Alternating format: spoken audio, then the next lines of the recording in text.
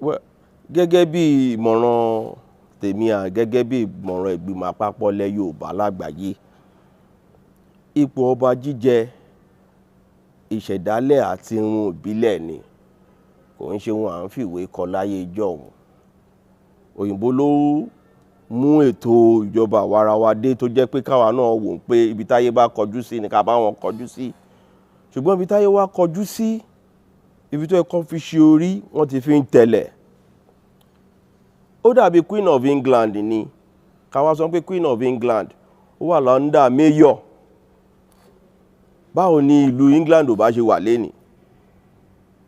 Àwọn tó fún wa ní nǹkan tá à ń practice yìí gan, àwọn gan ò lè tẹ̀lé níbi tó bá wa dé lénìí. Àwọn gan ò lè tẹ̀lé irú ìlànà democracy tó gbé àdàmọ̀dé democracy lọ gbélé wa lọ́wọ́.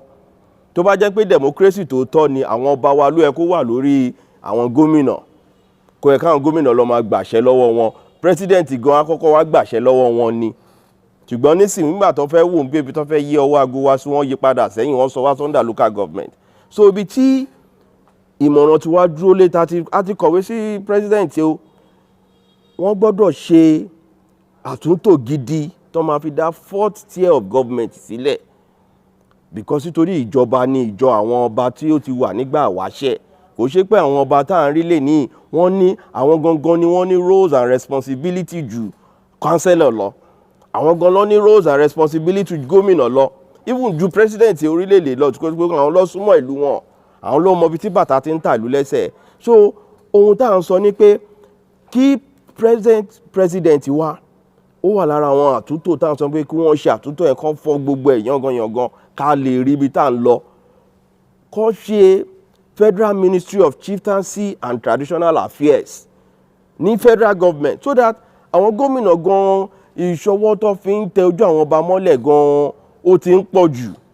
Àwa dín pé ẹni tó bá gba káàdì ìdìbò ẹgbẹ́ òṣèlú wọn, ẹni tó bá wá sí tó tẹ ẹ̀jọ́ ọmọ ẹgbẹ́, àwa dín pé ọmọ ẹgbẹ́ ló fi ń jọba. Nígbà tó ọmọ ẹgbẹ́ bá jọba, rírú wọn àwọn ló máa dọ̀bálẹ̀ fún gómìnà ní pátì. Àwọn ló máa sọ fún gómìnà pé ibi tó fẹ́ yàn wá à ń bẹ́ẹ̀ lọ ni, bó fẹ́ kú bó fẹ́ yè àjọ máa lọ síbẹ̀ ni. Kò yẹ kó bá ọba olóṣèlú, ọba ọ̀lẹ́gbẹ́, ọba ọ̀lẹ́sìn. Ṣùgbọ́n gbogbo nǹkan ti wá rí rúdurùdu. So ìmọ̀ràn tiwa ni pé kí wọ́n tó sínú òfin, kán dá fourth tier of government sílẹ̀ tó máa create independence away from the local government. Kí state àti federal kó máa relate on policy development. Bó ṣe ń relate pẹ̀lú local government chairman, ló yẹ kí governor náà máa relate pẹ̀lú àwọn ọba. Kò yẹ kó yàtọ̀. In fact, ìjókòó àwọn ọba pẹ̀lú ìjókòó ìpàdé àwọn ọba ní gbogbo oṣooṣù, governor àti gbogbo àwọn state executive council ẹ̀ wọ́n gbọ́dọ̀ jókòó pẹ̀lú wọn, because àsìkò àti wá jábọ̀ fún ìlú ni àwọn ọba dúró fún. Àwọn ọba ló yẹ kí gómìnà máa lọ jábọ̀ fún lóṣooṣù pé òun ló ń pè ní council meeting, pé gbogbo wa ti jọ gba nǹkan tí gómìnà sọ wọlé lóṣù yìí o. Ṣé ní ìlú tiẹ̀, ṣé ìjọba ń lọ ní ìrọ̀wọ́rọsẹ̀? Ṣé ètò ìjọba àwarawa, ṣé gbogbo wa la rí mùdùmùdù bẹ̀?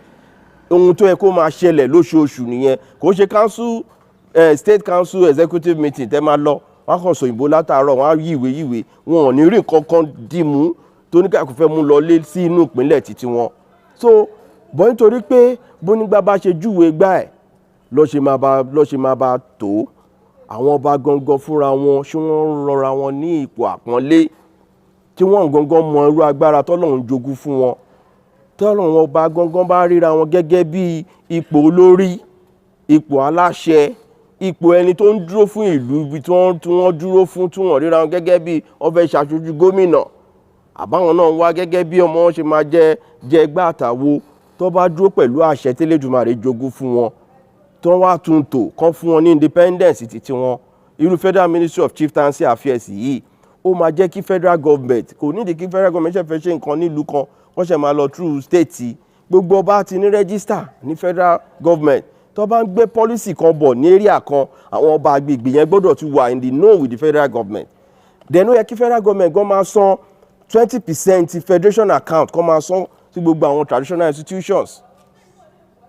Kó fún gbogbo wọn ní gbogbo àwọn traditional institutions pátá ló yẹ kí wọ́n jẹ́ kí wọ́n máa san owó ìtànà. Ó yẹ kí ìjọba àpapọ̀ máa san 20% of their federation account kó máa jẹ́ kó lọ sí the lowest of the local government, which is the traditional institution. tí owó bẹ́ẹ̀ bá lọ, ọ̀rọ̀ ètò ọ̀gbìn kò ní, gbogbo ọba ló mọ bí àwọn ló wà in charge ètò ọ̀gbìn, àwọn ló wà in charge health, àwọn ló wà in charge education. Local government gbọ́dọ̀ máa complement ní ohun tí state federal bá fún wọn. Wọ́n gbọ́dọ̀ gba percentage lọ́wọ́ state, lọ́wọ́ federal àti local government, nítorí pé àwọn gangan la ṣojú ìlú. So tí ètò constitution bá fàyè gbà wọ́n, ó yẹ kí ipò traditional institution kó wà separated. Yíyan ọba sípò lẹ́yìn tó bá ti gba staff of office tó go through the right channel. Kò sí kankan tó yẹ kó ọba kan wà lọ́ndà local government. It's a total aberration kó ọba wà lọ́ndà local government.